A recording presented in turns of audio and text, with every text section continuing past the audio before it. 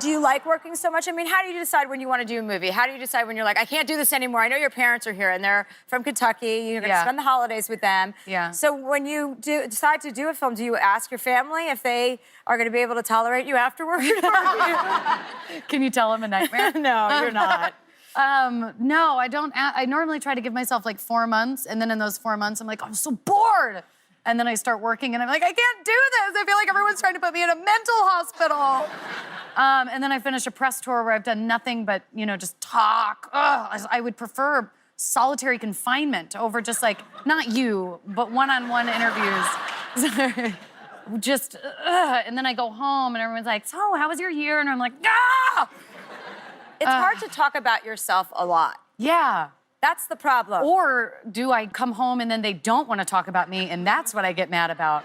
It's time I look in at myself, just how bad I really am. Well, it's what you wrote. You said in this article, you said something like, if you don't feel, like if you get up during the day and do something, you don't feel productive. You want to feel productive when you get up. So that's why you work, and then you work and you work and you work, and then you're like, I can't take it, just stop touching me. And then my gums start bleeding. Yes. I don't know why. Tammy's gums are also bleeding for separate reasons.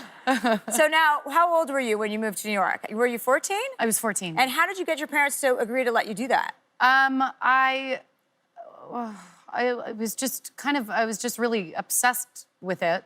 And then I think I talked about it enough and broke them down enough that they were like, okay, we need to prove to her that she's no good. And so they mapped out like a summer that would be my come to Jesus.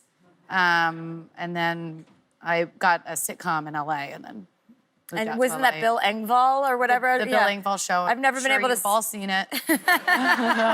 Never been able to quite say that name right. But yeah, I was on the show, and then on the hiatus of the show, I did Winter's Bone, and and then. And when did you feel like? When did you feel in your career that you had really gotten to achieve what you set out to do?